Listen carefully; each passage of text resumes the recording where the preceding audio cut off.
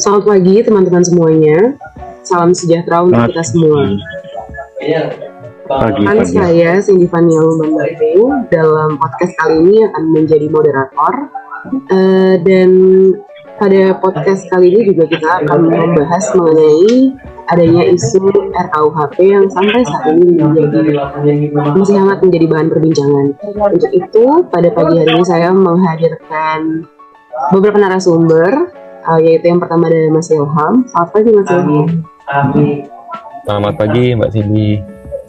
Kemudian juga Mas Fauzi. Selamat pagi Mas. Selamat pagi. Mas Ilham dan Mas Fauzi ini nantinya akan memaparkan mengenai pendapatnya tentang pasal 218 sampai 220 tentang tindak pidana penyerangan kehormatan atau harkat dan martabat presiden dan wakil presiden. Kemudian narasumber selanjutnya di sini ada Mas Fadli. Selamat pagi Mas. Selamat pagi. Dan ada juga Mas Heri. Selamat pagi. Selamat pagi. Mas Fadli dan Mas Heri ini nantinya akan menyampaikan pandangannya mengenai pasal 240 dan 241 tentang tindak pidana penghinaan pemerintah. Baiklah, kita mulai saja. Kita mulai kepada Mas Ilham. Waktu dan tempat saya persilakan. Baik, terima kasih Mbak Cindy.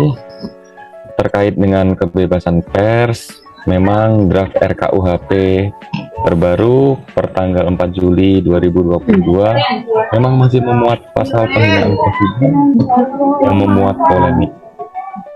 Hal tersebut diatur dalam beberapa pasal dalam RKUHP, yakni pasal 217, pasal 218, dan pasal 219. Pada kesempatan ini, saya akan menitik beratkan pembahasan pada pasal 218 RKUHP. Begitu, sebelumnya saya akan membacakan isi dari pasal 218 ayat 1 RKUHP. Kurang lebih bunyinya seperti ini. Tiap orang yang di muka umum menyerang kehormatan atau harkat dan martabat diri presiden atau wakil presiden dipidana dengan pidana penjara paling lama 3 tahun 6 bulan atau pidana denda paling banyak kategori 6. Nah, pasal 218 RKUHP yang mengatur tentang penyerangan kehormatan atau harkat dan martabat presiden dan wakil presiden memang banyak disoroti karena memang dinilai untuk berpotensi dapat membelenggu kebebasan pers. Kita memang menginsyafi bahwa negara Indonesia adalah negara hukum yang menjamin adanya kebebasan pers. Itu adalah perwujudan dari konsep negara demokrasi dan demokrasi. Untuk itu, kita juga harus ingat bahwa hak kebebasan pers merupakan jenis hak yang bersifat derogable rights, sehingga hak tersebut dapat dibatasi. Kebebasan pers tidaklah kebebasan yang tanpa batas, melainkan memiliki batasan yang disepakati dalam norma hukum sebagai perwujudan dari nilai-nilai yang sesuai dengan karakter bangsa Indonesia. Meskipun saya setuju dengan pembatasan kebebasan pers, namun tetap pembatasan harus dinyatakan dalam hukum secara tegas, mencerminkan alasan yang terlegitimasi atau legitimate aim dan dilakukan secara proporsional atau secara necessary and proportional. Berikut adalah beberapa alasan mengapa saya berpendapat bahwa pasal 218 RKUHP layak untuk dipertahankan dan tidak akan membelenggu kebebasan pers. Pertama, apabila dilihat dari jenis deliknya, pasal 218 RKUHP berbeda dengan pasal 134 KUHP kita yang lama. Dia membawa semangat dekolonialisasi dan semangat demokratisasi. Hal ini ditengarai karena pasal 218 RKUHP pengaturannya dibuat sebagai jenis delik yang bersifat aduan. Dengan kata lain, hanya presiden yang punya legal standing untuk mengadu, sehingga simpatisan atau pihak ketiga manapun tidak akan bisa asal melaporkan adanya penghinaan terhadap presiden ke kepolisian. Lalu yang kedua, ancaman sanksi pidana pada pasal tersebut di bawah 5 tahun, sehingga tidak dapat dilakukan penahanan, serta sanksinya tidak harus penjara tapi bisa dalam bentuk sanksi denda. Lalu yang ketiga, terdapat pengecualian dari penerapan pasal 218 RKUHP ayat 1 yang disebutkan dalam pasal 218 ayat 2 bahwa tidak merupakan penyerangan kehormatan atau harkat martabat jika perbuatan tersebut dilakukan untuk kepentingan umum atau pembelaan diri. Tentunya fungsi pers itu adalah bersangkutan dengan kepentingan umum. Lalu yang keempat, pemerintah juga telah menyinkronkan ketentuan pasal tersebut dengan Konvenan ICCPR yang sudah diratifikasi dalam Undang-Undang Nomor 12 Tahun 2005 dan sesuai dengan Undang-Undang Dasar tahun 1945 Pasal 28J ayat 2 yang menyatakan bahwa setiap orang tunduk pada pembatasan yang ditetapkan dengan undang-undang untuk menjamin pengakuan serta kehormatan atas kebebasan orang lain. Itulah pandangan saya terkait dengan isu kebebasan pers, lebih khusus mengenai pasal penghinaan presiden dalam RKUHP. Terima kasih Mbak Cindy. Baik, terima kasih Mas Ilham untuk pendapat hukumnya. Kemudian kita lanjutkan kepada Mas Fauzi. Apa ada pandangan lain mengenai hal tersebut atau ada bantahan mungkin? Baik, terima kasih Mbak Cindy. Selamat pagi Mbak Cindy dan kawan-kawan. Terkait dengan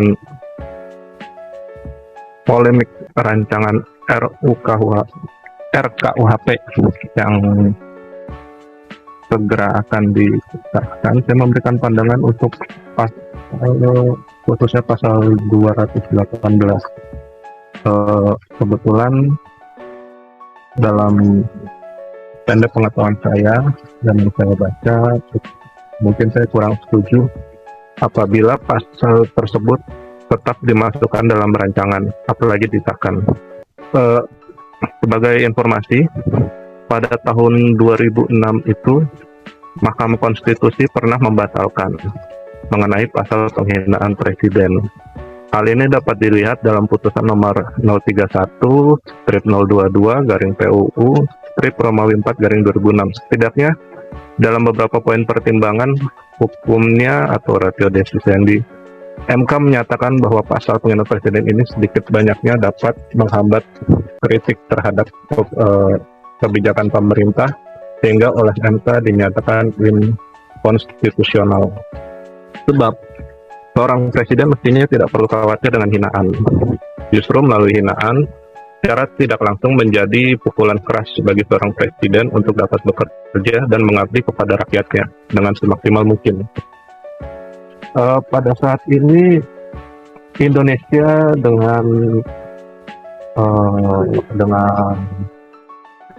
kehidupan masyarakat yang mengandung social welfare state dengan demokrasi yang luas dan kedaulatan yang berada di tangan rakyat. Kebebasan individu untuk dapat mengkritik dan berpendapat merupakan sebuah prinsip dasar dan substansi utama bagi negara yang menganut paham demokratis.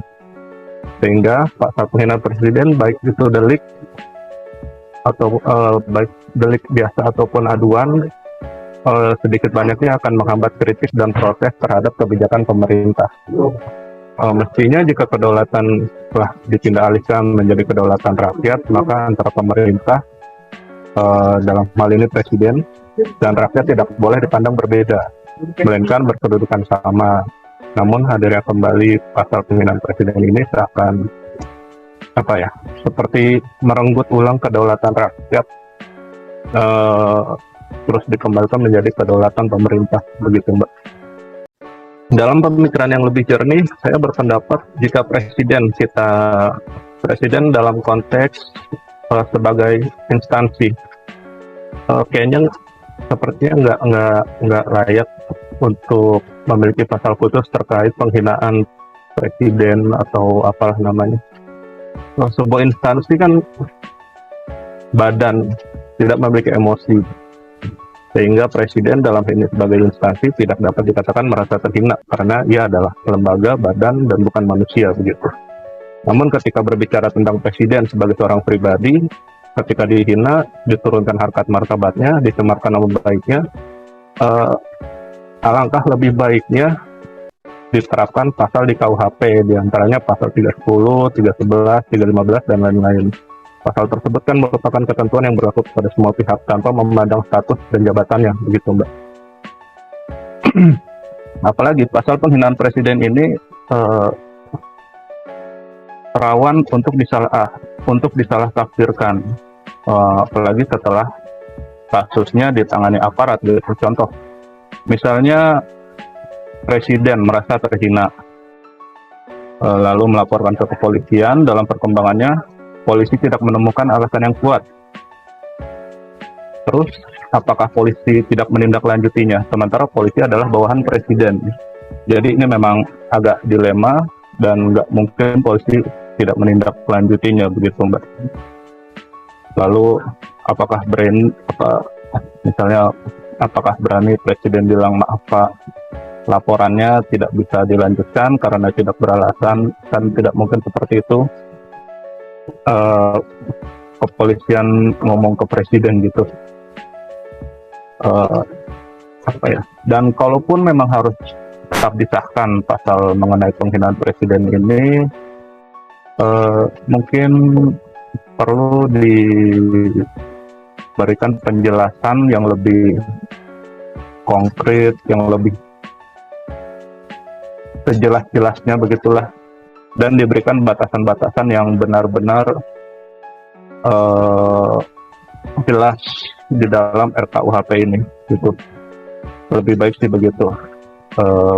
Dan untuk para aparat apabila menghadapi kasus yang berkaitan dengan pasal ini, mungkin perlu diberikan pembinaan, terutama di penyidik,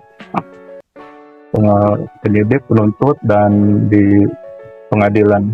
Seperti itu Mbak, pendapat saya. Selain menghambat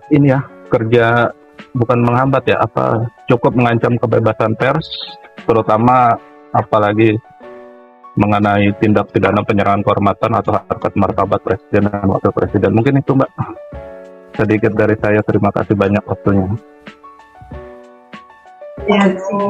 Oke, baik. Terima kasih Mas untuk pendapatnya. Kemudian kita lanjutkan lagi kepada Mas Fadli. Mas Fadli ini akan menyampaikan pandangannya tentang pasal 240 dan pasal 241. Benar ya Mas? Iya betul. Ya, terima kasih Mbak Cindy atas kesempatan yang telah diberikan. Assalamualaikum warahmatullahi wabarakatuh. Selamat pagi buat rekan-rekan sekalian.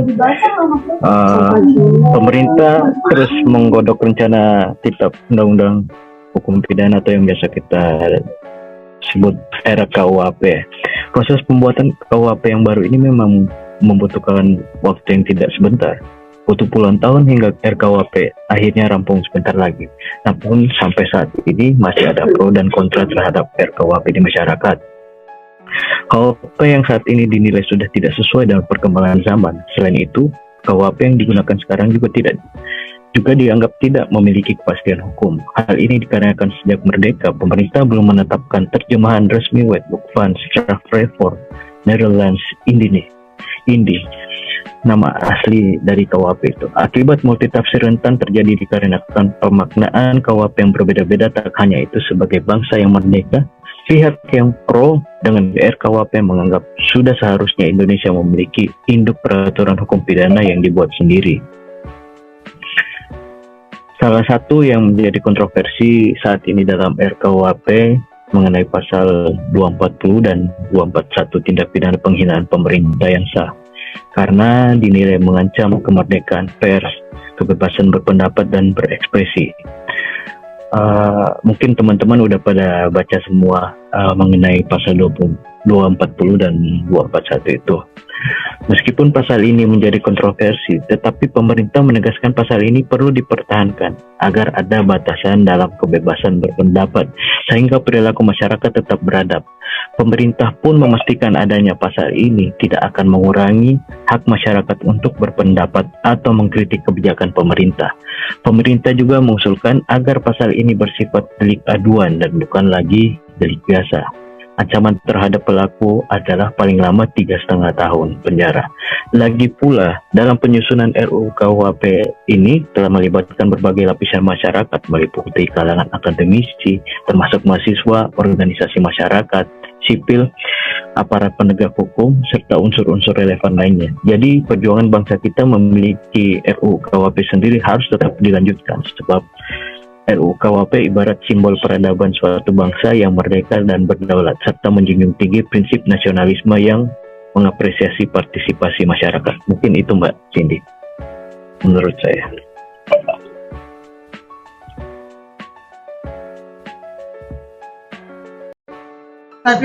Oke, baik, terima kasih Mas Fadli. Kemudian kita lanjutkan kepada narasumber kita yang terakhir, Mas Heri. Pada Mas Heri, waktu Terima kasih.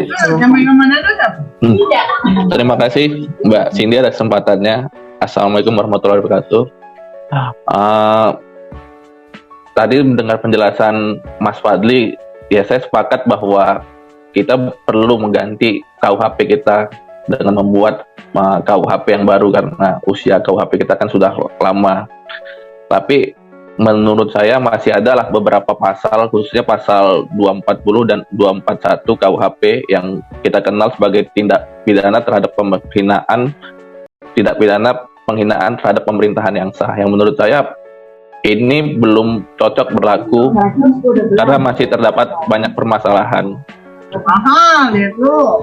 Adapun alasan-alasan mengapa saya menyatakan bahwa pasal 240 dan 241 ini harus ditolak dari rancangannya. Pertama itu kan karena dahulu sudah pernah ada pasal yang serupa yang tentang penghinaan terhadap pemerintahan yang sah, yaitu di KUHP kita yang sebelumnya yang sekarang berlaku di pasal 154 dan pasal 155, di mana kedua pasal ini sudah dibatalkan di Mahkamah Konstitusi, yaitu di putusan nomor 6 garing PUU P garing 2007. Nah, jadi tidak perlu juga kan pasal yang dulu pernah dibatalkan kita munculkan lagi di rancangan undang-undang sekarang.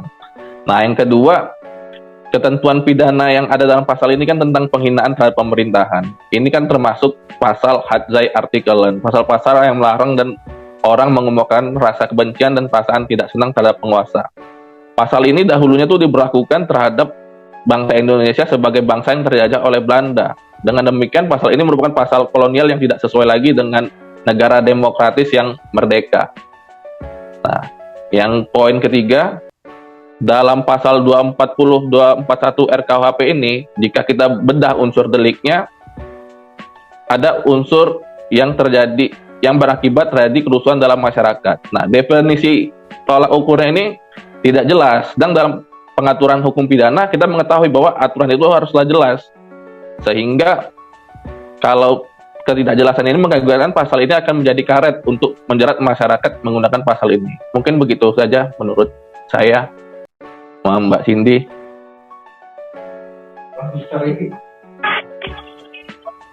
Oke, baik. Keempat narasumber kita sudah memaparkan pandangannya mengenai RKUHP ini. Dan saya juga akan menambahkan sedikit bahwa memang pada dasarnya proses pembuatan RKUHP ini membutuhkan waktu yang tidak sebentar begitu ya. Jadi tidak heran bahwa dalam proses tersebut masih ditemukan adanya pro dan kontra terhadap RKUHP di masyarakat, sebagaimana yang telah disampaikan oleh narasumber kita. Baiklah teman-teman sekalian, demikianlah materi yang bisa kami sampaikan. Saya akhiri podcast pada pagi hari ini. Terima kasih dan selamat pagi. Terima kasih.